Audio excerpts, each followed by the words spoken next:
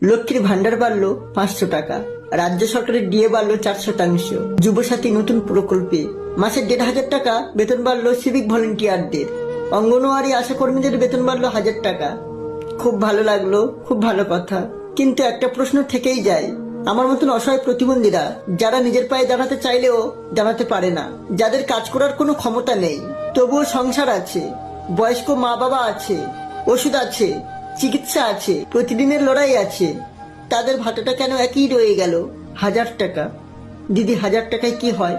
একটা মানুষের পুরো মাস কি চলে 1,000 টাকায়?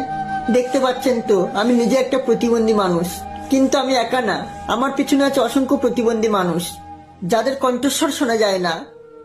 আজ আমি 2 হাত জোর করে প্রশ্ন রাখছি মাননীয় মুখ্যমন্ত্রী মমতা বন্দ্যোপাধ্যায়, আমাদের জন্য আপনি কি একবার ভেবেছেন? আমরা ভিক্ষা চাই না, আমরা শুধু বাঁচার মতন সম্মানজনক সাহায্য চাই, কর্মসংস্থান চাই। সবাইকে বলবো এই ভিডিওটা একটু শেয়ার করুন, যেন এই কথাগুলো পৌঁছে যায় সেই মানুষগুলোর কাছে যারা আমাদের ভবিষ্যৎ নিয়ে ভাবতে পারেন। ধন্যবাদ।